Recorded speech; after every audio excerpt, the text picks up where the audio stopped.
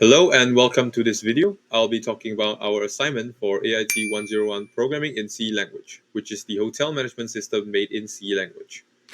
For this assignment, our team consists of me, Louis Chwakai, To Bingbing, Liang Yuhao, and Tan Jinghong. As for the task distribution of our assignment, I am responsible for the menu, admin, input-output file, and utility section. For To Bingbing, she is responsible for the accommodation section. For instance, the billing, the setting and editing of the accommodation information, and so on are all handled by her. Next is Liang Yuhao. He is responsible for the employee section. The registering and login of employee are all handled by him. And lastly is Tan Jinghong. He is responsible for the customer section. Anything from recording and the information of the customer to viewing the list of customer are all handled by him. The purpose of the project is to create a functional hotel management system and to automate and streamline the operations of a hotel. Not only that, it is to also improve our teamwork and interpersonal abilities as it is a group-based project. Now, let's talk about my part of the assignment. The first one is the menu functions. These are the header files that are included into the main file, which combines all of my team members' part into one singular file. And this is the main function. The first line that does is calling the load all data function. Now this function actually retrieves previously saved information about accommodations, administrative settings, customer records, and employee details, which ensures the system is initialized with up-to-date data before proceeding with any operations. After loading all of the data into the system, the function then display the welcome menu to the user with three options to choose: login, register, and exit. And then the user input is then collected using a validation function that will be explained further later on. Now, the main function uses a switch case to handle the user's option. If the user chooses the first option, login menu function is called, which redirects the user to the login menu. Next is if the user chooses the second option, register menu function is called, which redirects the user to the registration menu.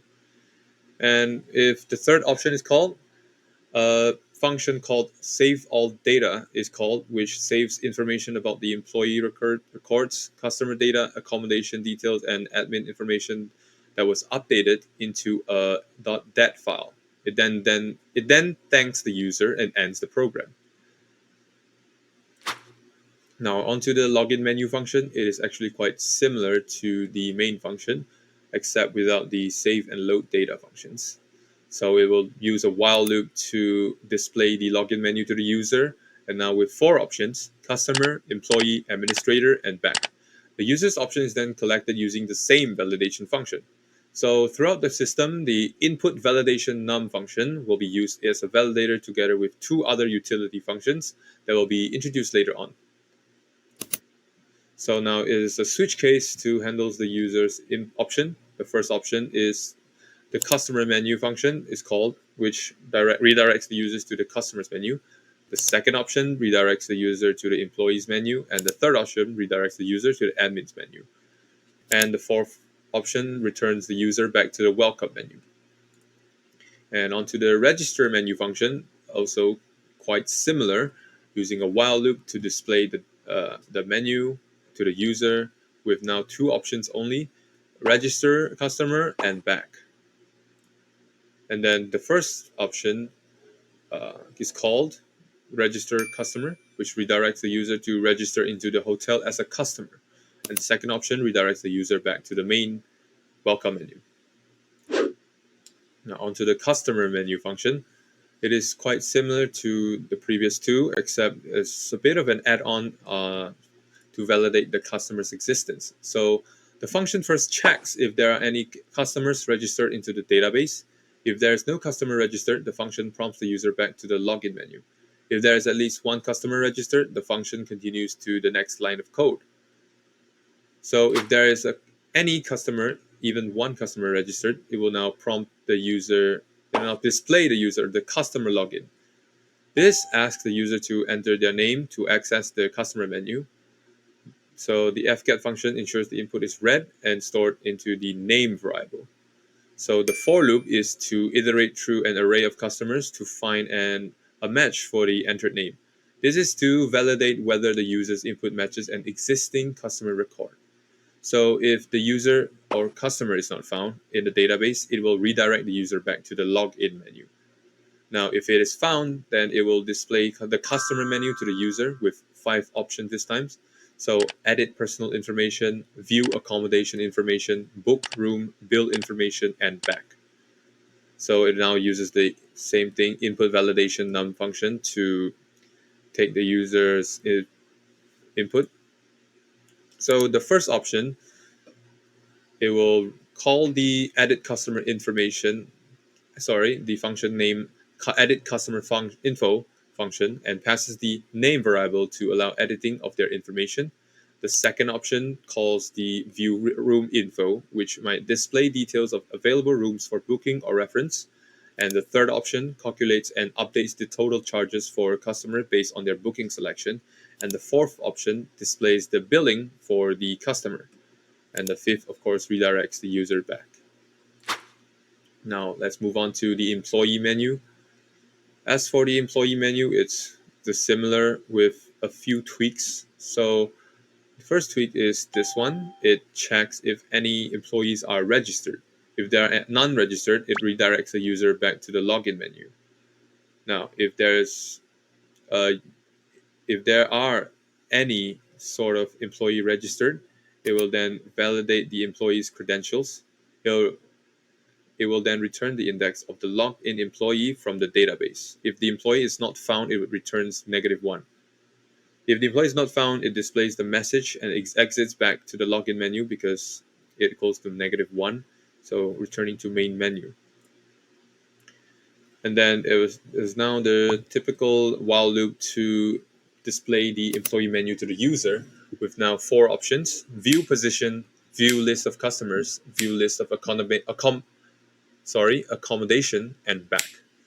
And then collects the user input using the input validation num function. And then using a switch case as the same as the previous menu functions, the first option calls the view employee info function and to display the information about the logged-in employee based on the index that is collected. The second option calls the view list of customers. It is to show a list of registered customers.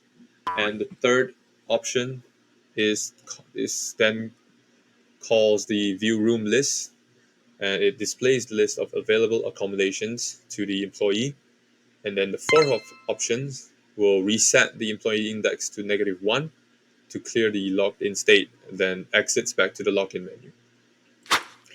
Now, the last menu is the admin menu function. The only thing that changes and is different from the other menu is this one singular if statement. So this calls the admin login function to authenticate the admin user. This function returns a boolean, 1 for true as it represents login successfully and 0 for false as login fails. If the login fails, it redirects the user back to the login menu. If the login is successful, it will then continue to the while loop to display the the admin menu to the user with now 5 options: edit accommodation information, view customer information, register employees, update credentials, and back. And of course, the input validation function is used to get the user's input. The first option calls the edit accommodation info function to allow the admin to modify the accommodation details. For example, the pricing, the room availability, and such. In the second option, it calls the view customer info function to display the customer information. And the third one calls the register employee function to display customers' information. Sorry, there's a bit of a typo there. It calls the register employee to register the employee as the name stated itself. And the fourth option is to call the update admin credentials to allow the admin to change their login credentials. Now let's move on to some utility functions, and we have touched on it previously, the input validation num function. This function ensures the user provides valid integer input. If invalid input is provided, it prompts the user to re-enter the value. So there are three variables in the function: a buffer to hold the user's input, a, num, a, a variable called number that stores the integer value derived from the user's input, and an end pointer that points to the first invalid character encountered during the conversion process to using a stroll, I would say. Now, the first thing is a while loop with two lines. The first line is fgets. This reads a line of input into the input buffer, and then stroll, which converts the string into an integer, and then sets the integer to point to the first character in the input. Now, onto the validation checking. So, checks if it first checks if endpointer is either a new line or a null terminator. If it is valid if no trailing characters are found. The function returns the converted number. If it is invalid, the trailing if it is invalid if trailing characters exist. It then prints out an error message and prompts the user to input again. Now we have the second utility function, which is exactly the same as the input validation num, except it's now a float. So this means it returns a float type instead of an integer. So this function ensures the user provides valid floating point input. Similar to the integer validation function, it handles invalid inputs by prompting the user to re-enter the value. It returns float value instead of an integer. Now the next one and the last one, utility function is a capitalized word function. This function capitalizes the first letter of each word in a string while ensuring that all other letters are lowercase. So we need to pass a string into the function that we need to capitalize. It has two variables in it: an index counter for iterating through characters in the name string, and a flag to check if we're at the start of a word. So it first then sets new word to 1 when the current character is non-alphabetic. The new word is, of course, the flag. So it sets to 1 when current character is non-alphabetic, and then reset to 0 when the first letter of the word is found. If the new word, the flag, is 1, the current character, assumed to be the start of a word, is converted to uppercase using toUpper. Otherwise, characters are converted to lowercase using toLower. Let's move on to the input and output file functions. So we have the save data function. This is save all data function. It saves the customer's information, the employees' information, the accommodations information, and the admin's information, of course. And of course, the load data function. It then loads all the saved data using the save data function from the .dat file, the .dat file. And so this means that if I run this code right now and change like for example, the accommodation settings, like let's say a price from 200 to 300. So when I end the program, it saves the pricing. And when I rerun the program, it will then grab the 200 price, the newly updated price from the file, and I can use that new information that was updated. So now the room pricing will still be 200 instead of the previous 300. So this is how load data function works, and save data function. So we can be more flexible with the information and not lose the information that we updated. So that is all from me. Thank you. Thank you, Luis. Now, in the next section, I will talk about the employee functions. And this employee function actually is quite simple and easy compared to the other position functions. First, we have defined max employee equal to 200. This is mean that in the beginning, we have already declared that the maximum employee numbers in our hotel can only be 200 person.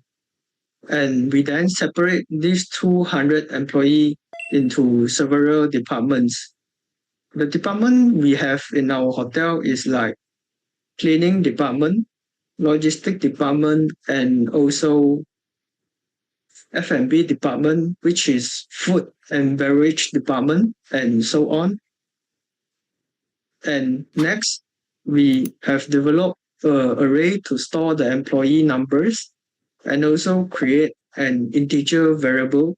We name it as num employee and set it as equal to 0. And this integer variable actually you can interpret as the total number of employee in our hotel.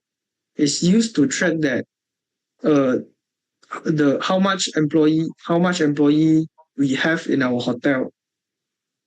And in the next slide, we have developed an employee structure, and this structure include employee name, employee ID, and employee position. And this position in here is mean that which department of this employee belongs to. And now I would like to talk about the 3 employee functions, which are register employee, employee login, and view employee info. The first function, register employee, this function is under the function of admin menu. And just now, Luis has already told us that the admin menu provide 5 options for admin to select. And this register employee function is one of the selection for admin to select. And the second function, employee login, this function is under the function of login menu, is when the users I mean that is when employee try to log in our hotel system, they will first need to go through the login menu function. And in the login menu function, they will need to input they log in with employee, and the system will automatically call this employee login function and detect that the person who tried to log in our hotel system, is it he or she are really is one of the employee in our hotel. And the last, view employee info, this function is under the function of employee menu. Is when employees success to log into their own account, the system will first call the employee menu, and the employee menu will provide a few options for employee to select. And this view employee info is one of the selection provide for employee to let employee to see their own account information. And now I would like to go further explain each of these function.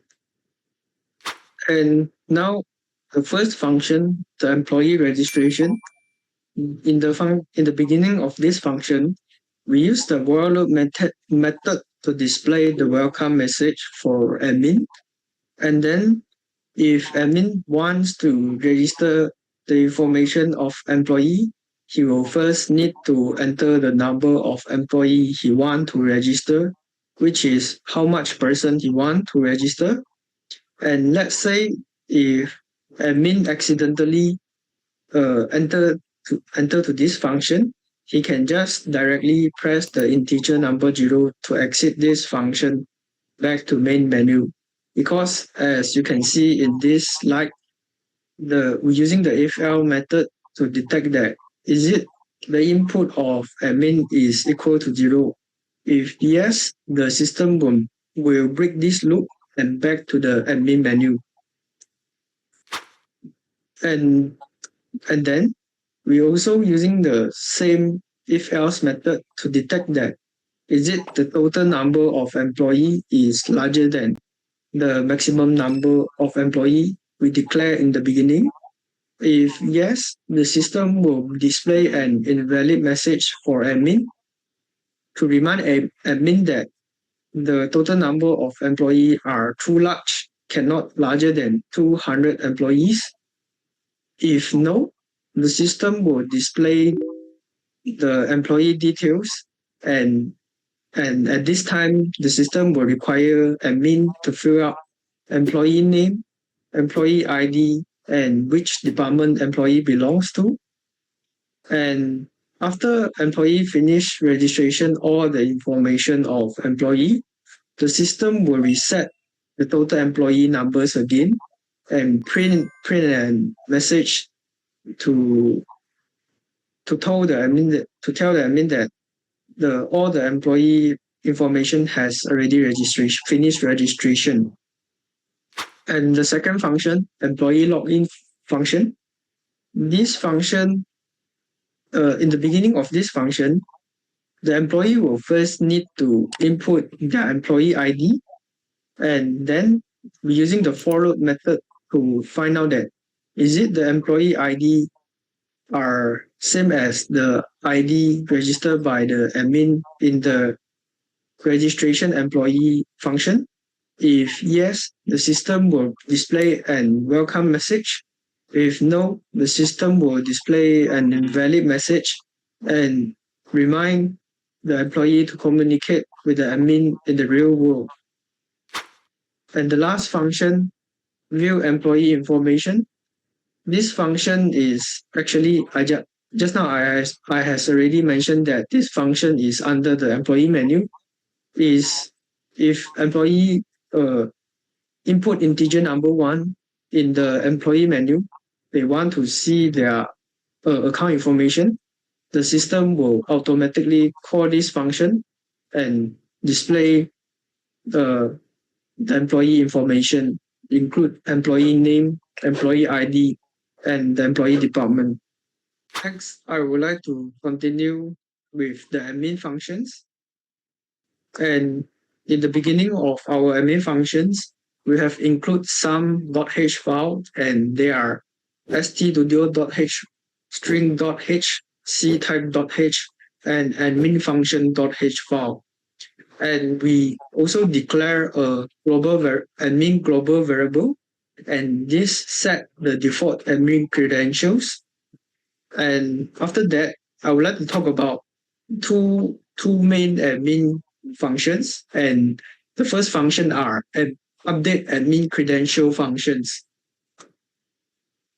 In the beginning of this update admin credential functions, we first develop a series of char string variables, and the first char string variables are current password, is used to store the current admin password input for verification. And the second char string variable are new username, is to store the proposed new username. And third char string variables are new password, is used to store the proposed new password. And the fourth char string variable are confirm password, is used to confirm the new password matches the desired value. And after that, the codes below, you can see that it is developed and used to prompt the admin to input their current password. And then we use the if method to compare the enter current password with the store admin password. And if they don't match, access is denied and the function exists. And next, as you can see in front of the slide, this 9 line of code is developed for admin to enter their username, enter a new password, and to confirm the new password. And next, we develop 3 of these if function used to detect some error message input from the admin. The first if method is to check if the new password and confirm password are identical. If not, the system will exit the function and prompts the admin to try again. And the second and third if method is used to ensure the new username and password are different from the current ones. And the bottom code below is used to update the admin username and admin password with the validate inputs. And next, I would like to talk about the second admin function, and it is admin login function. In this function, we first develop 2 char string variables, and they are input username and input password. And these two char variable are used to store the username and password entered by the admin. And we also create an integer variable. We name it as attempt and equal to 3. And it is used to track the number of remaining login attempts. And after that, the code below, we're using the while loop function to prompt the user credentials while there are still attempts left. And we use the what I mean is we use the if method to compare the enter username and password with the store credential. If they match, login is successful, the system will return 1. And after that, if the login fails, the system will decrement the remaining attempts on failure. And if the attempts remain, the system will print appropriate feedback like incorrect username or incorrect password. And if the attempts reach to 0, integer number 0, the system will lock the admin and exit return with 0. Next, I'm going to explain about the accommodation functions of our project. So here you can see the header files that we have included. So we have stdio.h, which is for the standard functions like printf, scanf, and also string.h is for string manipulation functions, for example, strcpy and so on. And then we have mat.h because we have to calculate the bill. And then we have stdlib.h for general utility functions, ctype.h for character handling functions, time.h to working with date and time because we are going to have booking functions which will deal with the date. And then last but not least, we also include the .h files, which are accommodation functions.h and also utility functions.h. And these are the array and functions that declared for our accommodation functions. So you can see first we have declared a for the array for accommodation. You see you have 4, 30, 12, and 31. This actually represents the room type, room number, month, and day. Meaning for room type, we actually have 4 room type which are single, twin, deluxe, and family. And then for each room type, we have 30 rooms. And then for month, of course, we have 12 months and day, we have 31 days. Here you can see we initialize all the rooms to 0, which means at first all the rooms are available. And then here we have integer determine year functions, which is a functions to determine year. Why we want to have this function is because we allows the user to book within 1 year. So for example, if today is 18 December, a user select the date between 18 December to 31 December, the year will be this year, which is 2024. For example, if user select a date before 18 December, for example, 10 December, of course, the user is not booking for this year. The user is booking for next year. So the year would be 2025.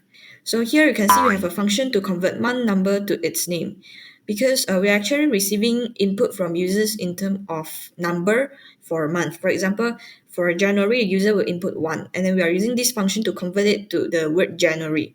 So for displaying purpose, it will look more nicely.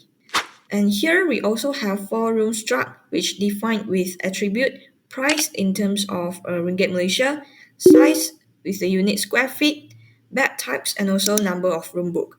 So you can see room 1 actually represents single room, room 2 is twin room, room 3 is deluxe room, and room 4 is family room. And here we also declare some variable, which are room type, room number, month, day, and year. And we initialize room type, room number, month, and day to 0 to avoid error. So now let me explain about our first accommodation function, which is the booking function. Before I explain about the codes, I would like to explain about the logical flow of the booking function. So we actually tell the user to select the room type.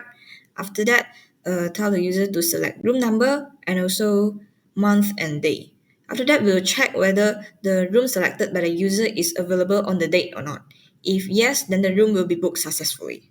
So now let us have a look at the codes. So here you can see we actually declare some local variables which are bill and also room selected room. Selected room is actually just a placeholder for the room being booked. So here you can see we're using while loop for the whole body of the booking function to make sure if the user not select to exit, then this booking page will continue looping. So we'll display this is a booking page first, then we prompt the user to select the room type for booking. So we have 1, 2, 3, 4, 5. 1 to 4 is for room type and then 5 is for exit. And then we'll check the input from the user by using this input validation num function to ensure the input contains number only. If the user is selecting a room type, meaning a user is enter a number between 1 and 4, will assign the corresponding room struct to selected room based on the selected room type. And this step is just for recording the number of room booked and to calculate the price for each types of rooms later. Here, just like what I say just now, if the user already input a room type, then we will prompt the user to input a room number between 1 to 30. If the user input an invalid number, for example 31, we will tell the user this is an invalid room number, please re-enter. So we are using while one loop at here also. Next, we prompt the user to select date. So we have month and day. And the logic is actually same as the room number. If the user input an invalid number, we will tell the user it is invalid and re-enter again. Until the user have input a valid month and day, this will break the entire date loop. So now we are going to check whether the room is available on the date or not. So if accommodation blah blah blah equals to 0, meaning if the room is available, we will book the room. So we make it to 1. And then we will print the book room details, which includes room type, room number, and also date. To print the room type and room number, we open a switch case for room type. So case 1, which is single room, will print room single, and then we print the room number. These are the same for case 2, 3, and 4. And then to display the date, we will first call the determine year function to determine whether the year is this year or next year first. After the year has been determined, then we will print the date. Last but not least, we will print book successfully to tell the user the booking step already done. So now we are going to update the bill and the number of room book of the room type. So because just now in the struct, we have already initialized the price of all the rooms. So we just add the price of the selected room to bill. And then we add the number of room booked for the selected room by 1. So here you can see there is else. This is continue for if accommodation equals to 0. Else meaning if accommodation equals to 1, meaning it is not available, it is already booked, then we'll display unavailable message. Sorry, the room is unavailable. Room type equals to 5, meaning the user select to exit, then we just break the booking loop. Else meaning the user is not select any number between 1 to 5, we just tell the user this is an invalid selection, please re-enter 1, 2, 3, 4, or 5 only. And last but not least, this booking function will return the calculated total bill to the function that call this booking function. Next, we have view room info function as well for our accommodation function. So this is just a simple function which is utilizing the struct to print room details, which includes room type, price, size, and bed type. As you call this function, then the system will display all the details for single room, twin room, deluxe room, and also family room. Next, we have the third function under the accommodation functions, which is view room list function. So let me explain first the logical flow of view room list function before we dive into its code.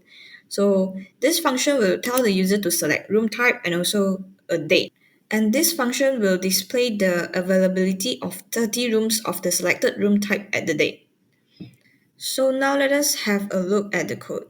First, we declare an integer I for room number looping to print availability for every room. And then we have a while loop to make sure that the view room list function continues to loop except the user select to exit. So we print this is a view room list page, and then we prompt the user to select room type. If input is between 1 and 4, meaning the user is selecting one of the room type, then we will tell the user to select a date which includes its month and day. And this is actually quite similar to the booking function just now, so I'll just skip this. Now we are going to print the availability of the rooms. Before that, we will print the date selected by the user just now. So we are calling the determine year function again to determine the year is this year or next year, and then convert the month selected by user to its name using the convert num to month function. And then we print the date. So for the last row, we are actually telling user what symbol are we using to represent the availability of the room. So an empty bracket meaning the room is available. If the bracket is occupied with a slash meanings the room is already booked. So to display the availability in a more organized ways, we'll explain 10 rooms in a row. And now I will just explain for the first row because the second and third row is actually the same. For I equals to 0, I smaller than 10, meaning for room 1 to room 10, we will print the room number. And then we will check if the room is equals to 0, meaning the room is available, we will print an empty bracket. Else, we will print an empty bracket with a slash inside it. After the for loop is break, for example, the I already equals to 10, then we will print a backslash n, meaning we are continue to the next row. So this will be the same for room 11 to room 20, and also room 21 to 30. Else if room type equals to 5, here is meaning if the user select to exit, then we'll just return 0, meaning break the room view room list functions. Else meaning the user is not selecting a number between 1 and 5, we'll just print invalid selection and tell the user to re-enter. So here comes to the end of the view room list function. Next, we also have view bill info function under the accommodation functions. So you can see this bill info function is actually receiving the total price argument. Before these functions display the details of the bill, it will check first whether is there any room is booked. If none of the room is booked, then it will print no bookings have been made yet. Please book a room first and then return to the function that call it. So if there is at least one room is booked, then these functions will print the details of the bill. So you can see if room1.numBook not equals to 0, this actually means if the number of single room book is not equals to 0, then it will print single room and then print the number of room book and also the price, the single price of single room. And this will be repeat for room 2, which is the twin room, deluxe room, and also family room. Lastly, this function will print the total price, which is already being calculated in the booking function just now. Next, we have edit accommodation function, which is the last main functions under the accommodation function. So here you can see we declare variables integer choice equals to 0 and I equals to 0. So we print this is an accommodation info menu, and then 1 change room pricing, 2 change number of book rooms, 3 is back, meaning is exit. There is 2 information that can be edited by the admin, which is change room pricing and also the number of room books. So if the user select 1, meaning the user select to change the price, we'll ask the user you want to change the price of which room type, or the user want to back to the menu of the accommodation edit accommodation info function. So if the user selects 5, then we just back to the main menu. Else we will call the change room price function and pass the selection of the user to the change room price functions through argument. If user select 2, meaning the user select to change the number of booked rooms, then the same things, we'll ask whether user want to change the number of booking for which room type, or the user want to back to the main menu. So if the user selects 5, then we just back to the main menu. If the user selects 1, 2, 3, or 4, we'll pass this selection to the change room book num functions. Else if the user select 3, meaning the user select exit this edit accommodation function, we just end this whole edit accommodation functions by return 1 to the function that call this function. Else meaning the user is not selecting any numbers between 1 and 3, we just tell the user this is an invalid choice, please try again. So now let me explain in detail what the change room price function do. So first you can see we declare some variables locally. First is the float change pricing, which is just the new price to be entered by the user. So initialize it to 0. And then we have character room type 30, and this is just a variable to display room type. So we open a switch for room type, and then case 1 meaning the user select a single room to change the price of single room. We will copy the string single room to room type, and then we will print the current price and tell the user to enter a new price. And then we will use this input validation float to check the validation of the price entered by the user. If it is passed, then we will just assign new price to the price attribute. After that, we will just break this switch case. So the price changing steps are same for other room type also, which is case 2, 3, and 4. Here we also have a default for invalid choice.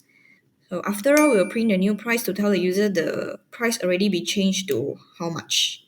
For the change availability of room function, it also receives room type selected argument, and you can see here are some local variables also, which are change book num, room number, month, and date. We initialize all of them to 0 to avoid error. And then here we have also character room type 30. So here you can see we have a switch for different case of choices, which is also the room type. And we just copy the room type to the variable room type. And here we also have a default case to display error message if the room type selection is invalid. So after the switch case, we will tell the user to enter details of room to be edited. Actually, this is same as the booking steps, which we will tell the user to select a room type first. After that, select room number, month, and day. So I just skip this. Now we'll start to check whether the selected room is available or not. You can see if accommodation blah, blah, blah equals to 1, meaning if the room is not available, we will tell the user room is already booked. Would you like to mark it as available? And then here we have a double confirm step. 1 is for yes, 0 is for no. If the user confirm to change the availability, we'll just let the availability of the room selected equals to 0. And then we'll print booking for room has been cancelled and marked as available. Else, meaning the user select no, we just print no changes were made. So the else here meaning if the selected room equals to 0, because just now it's equals to 1. So here is else if it is equals to 0, meaning the room is available, we'll tell the user the room is currently available. Would you like to mark it as booked? And then we again double confirm with the user. If the user confirm, then we'll just change it to not available and print room has been marked as booked. Else, meaning the user select no, we will print no changes were made. This comes to the end of the change availability of room functions. So now I'm going to explain some additional functions that we have mentioned before, which are the determine year function and also convert number of months to its name. For determine year function, actually I have explained what it does before, so I will just skip this slide and let us see the logical flow of it. So of course it will receive arguments month and day selected by user, and it will retrieve the current system time, convert it into readable date structure. Besides, it will also get the current month and also day. The main part is the condition check. If the selected date is later than or same as today, it will return the current year. If the select date is earlier, then it will return next year. For convert number of month to its name function, it is just a simple function which contains a switch for a month. So case 1 will return January, case 2 return February, case 3 return March, and so on. So here you can see we are using constant char to ensure string return cannot be modified. And char star points to the memory address where the string resets to avoid create a copy of string. So that is all for the main functions and sub-functions that is related to accommodation.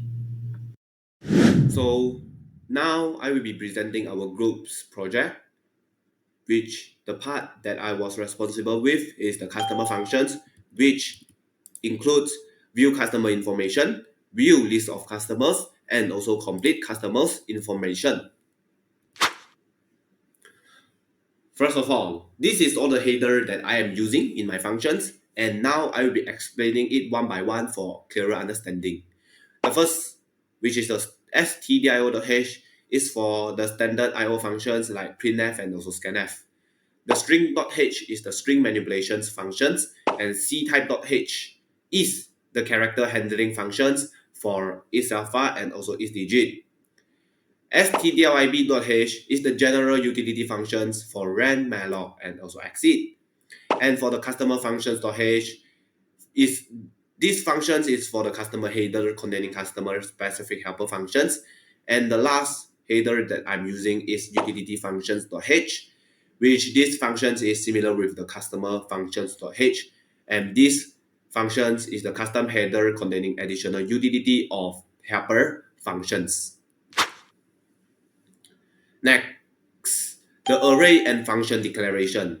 As we can see through the code, customers 150, which means that this array of structures can store information up to 150 customers, and for each customers, struct can include customer details like name, age, gender, IC, nationality, and also phone number. Next, for the int customer count, the integer variable is to keep track of the number of registered customers, so we use int customer count to be 0. And this can be updated whenever a customer is added or removed from the hotel system. For the first functions that I'm using, which is the view customers info functions, is used to view all the registered customers in our hotel system. The first code is used to check if there are any registered customers in our hotel. If the customer count is 0, it will print a message stated no customers registered, and it will exit the functions. Next, the system will ask the users to input their full name of the customer to view he or she info, and it uses fgets to read the input and remove the trailing new line character with strcspn. For the third one, it loops through all registered customers to find a name match. It uses str case cmp to compare names case insensitively. So if a match is found, the customer information is displayed on the screen. After a match is found, it will display the details of the matching customers such as name, gender, age, phone number, nationality, IC, and also passport number. Afterwards, it sets found equals to 0 and it will exit the loop. But if the handle name is not found, it will prompt an error message to inform the user the customer is not registered yet, so that the customer need to first register so that their information can be viewed on our hotel system. Next, the second function used by me is the view list of customer function. First of all, it will undergo a local check for registered customers to verify if there are any registered customers in the system. If the customer count is equal to 0, a message prompts the user to register a customer and it will exit the function. If a customer is found, it will output a formatted header for the customer list. It will loop through all customers and print their details, and the details is stated on the code like customer name, gender, age, phone number, nationality, IC, and also passport number. The output customer number is I plus 1 for 1 base indexing. It will display names, gender, age, phone number, which is all the details in a formatted style.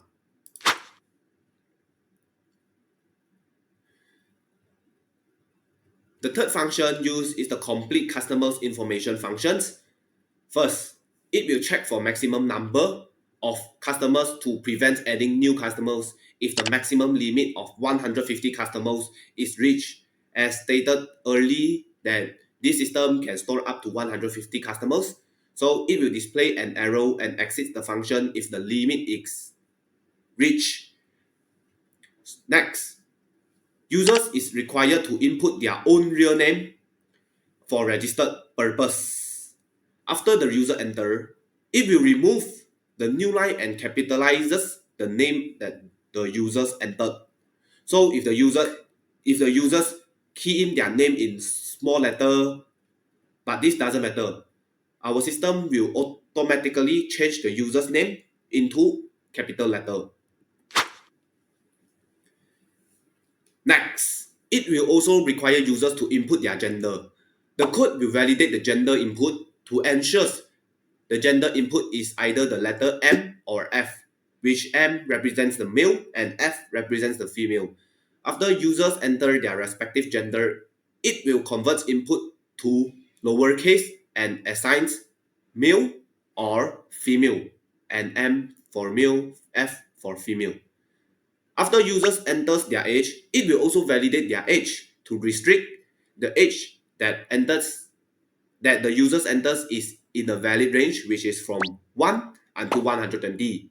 So if users entered a non-valid age number, it will prompt a message stated invalid age. Please enter a number between 1 and 120 until a valid number is entered by the users. Moreover, it will also need the users to enter their phone number, and it will ensure the phone number contains only digits and is 10 until 11 characters long, such as 014 328 2186, which is 10 characters. If the entered phone number is less than or more than 10 or 11 digits, it will prompt repeatedly until valid input is provided.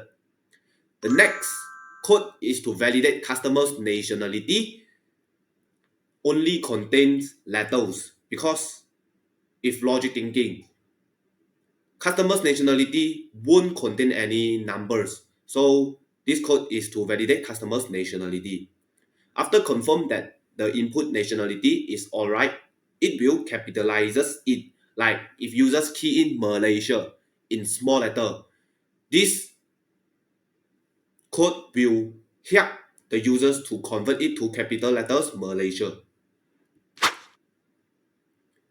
Next, for local Malaysians, it will validate he or she IC format, date, state code, and also numeric constraints. If the entered IC number is incorrect, it will also prompt until a valid IC is entered by the users.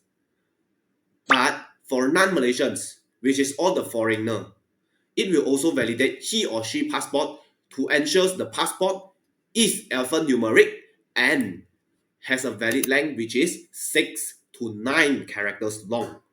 After users enter the passport number, it will convert the letter to uppercase if it is valid, just like the previous functions all.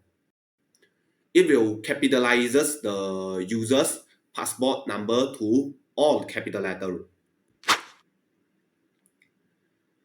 For the increment customer count, this code will add the newly registered customer to the list. This will also increase the global customer count. After everything is alright, the registration process will be successful and it will prompt out customer registered successfully. The four functions used is the search for customer functions. The first code is to iterate through the customer list to find a match for the given name. If a match is found, the customer's index is stored in the customer /index. Adversely, if no match is found, which is when the customer index is equals to -1, the function will exit with a customer not found message prompted out.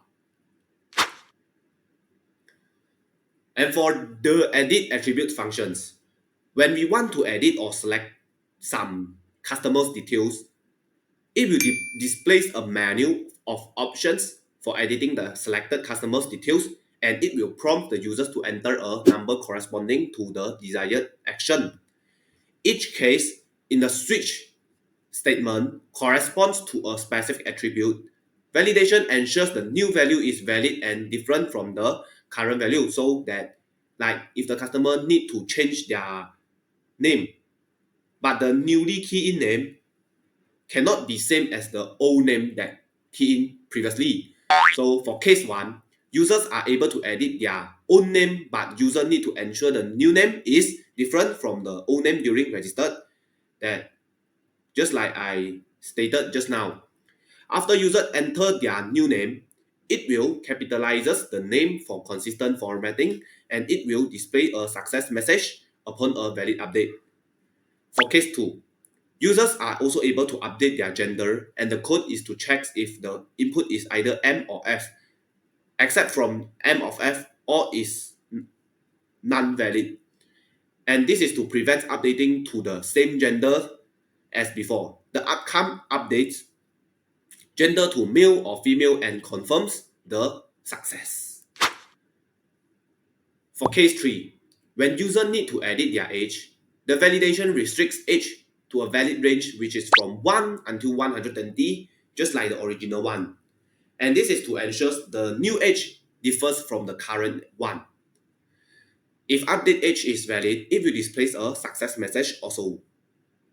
For case 4, for editing phone number also, the validation checks that the new phone numbers differs from the old one and ensure the phone number is 10 or 11 digit long. After that, if all is valid, update phone numbers and confirm success. For case 5, the code is to let user edit their nationality respectively. If users enter a non-alphabetic characters for their updated nationality, it will prompt an arrow until a valid nationality is entered, just like all the others. For Malaysian customers that need to update their IC number, this code will ensure the IC is valid. It will check separately during the user's input. The validation will also prevent setting the same IC as before. Updates IC number is only available for Malaysian customer. Then for foreigner which need to update their passport number, don't worry. It is also available. So for non-Malaysian customer that need to update their passport, it will ensure the passport is alphanumeric and within a length which is 6 to 9 characters. It will also prevent setting the same passport as before. Just like all the edit attributes functions before, all cannot enter the newly key in details is same with the old one. It will prompt an error. Updates passport for non-Malaysian customers only. So this is all the attribute functions, and the last one, it exits the editing menu and returns to the main program.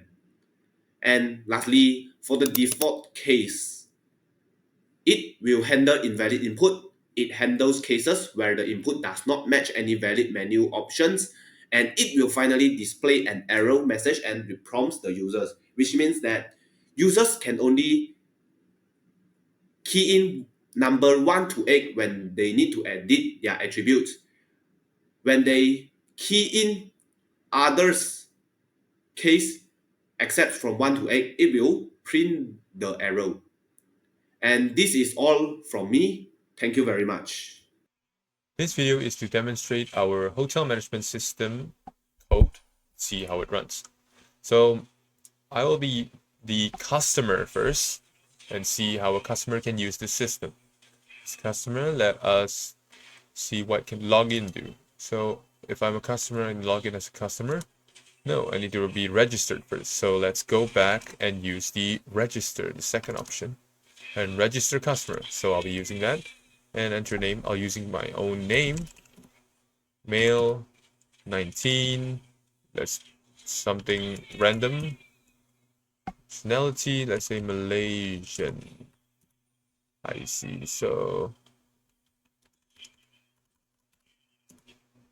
nice. So let's register another customer. Let's say for my brother, let's say age.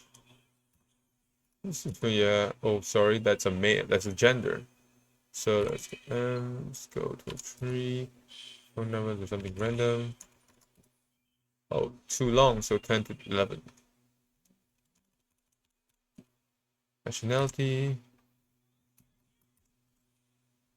Let's be different this time. American. Oh, sorry, I spelled it wrong. We can edit it later, if possible. Passport. That's something random.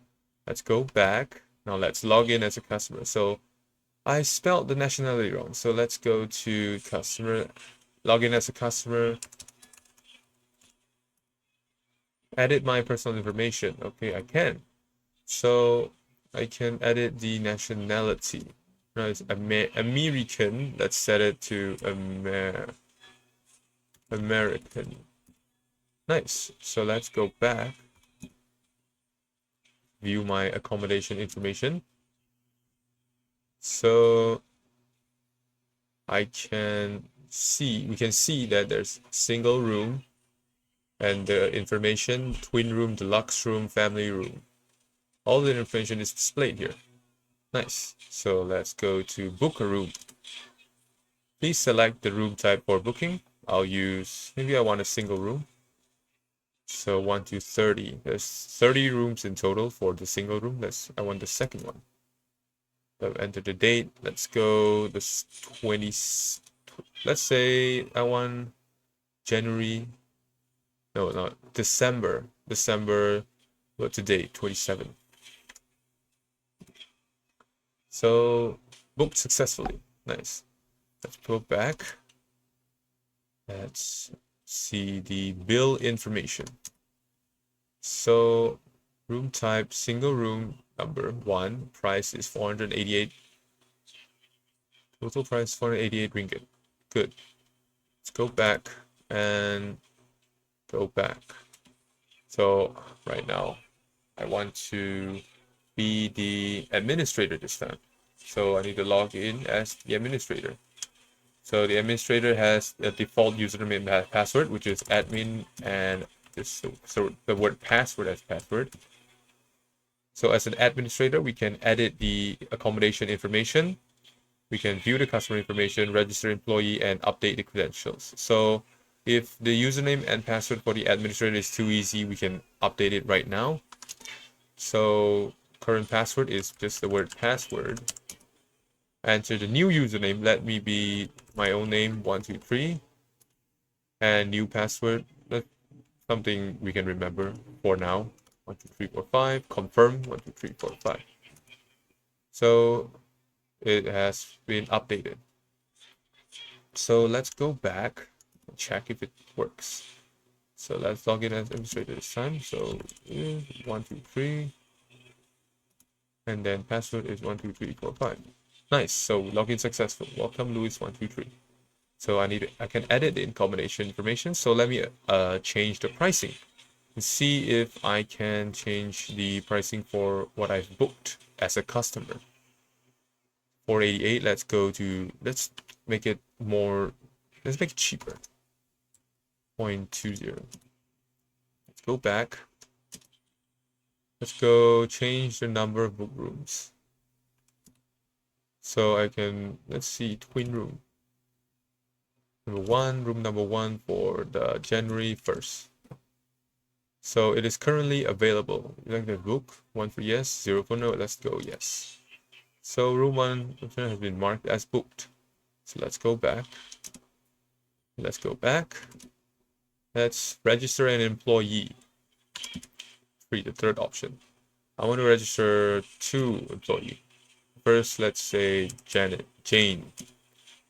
ID, I'll just simply put AIT123. And the department, she will be the janitor for now. Second will be, let's say, John. ID AIT12234. He will be also a janitor. So let's see, done. Now let's go back and be the employee this time. I registered 2. Let's be John this time.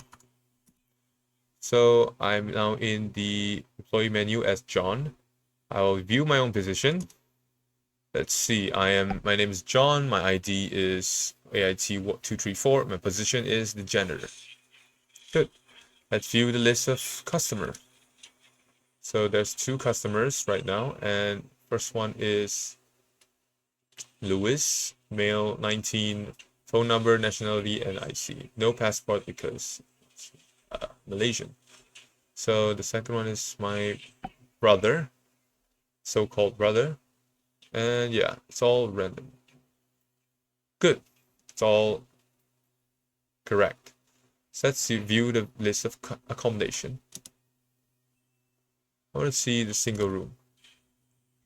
So just now, single room, there's one of the room is booked in December. So let's go to December. On the day 27th.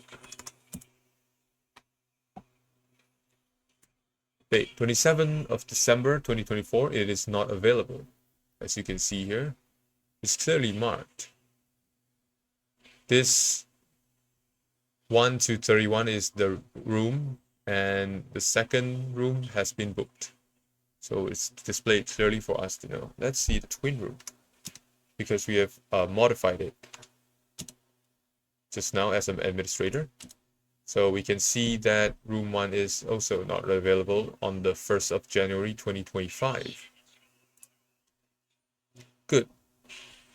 So this is how we, as the employee, can use the system. So let's go back. Let's actually exit this and rerun it, see if all the data has been stored. Let's log in as the administrator because I've changed the username and password. If I remember, it's Lewis123 and the password is 123455. Nice. So the data is stored into a .dat file and it's been loaded successfully. Let's go back and register, log in as the employee. And let's see if I remember AIT. Let's be Jane this time. Nice. So Jane is still in the data file. And view my position, janitor AIT123.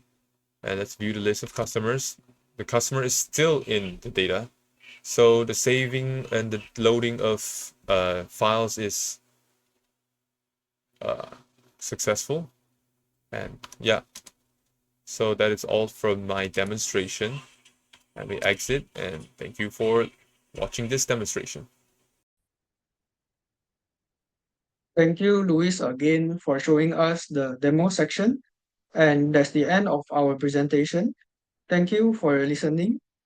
And since our video has already over than 30 minutes, we are apologize for that because we afraid that if we didn't explain very specific, very detailed, audience might not be fully understand in some parts, and that's the reason that why our video are so long. And we're really sorry about that. And have a nice day.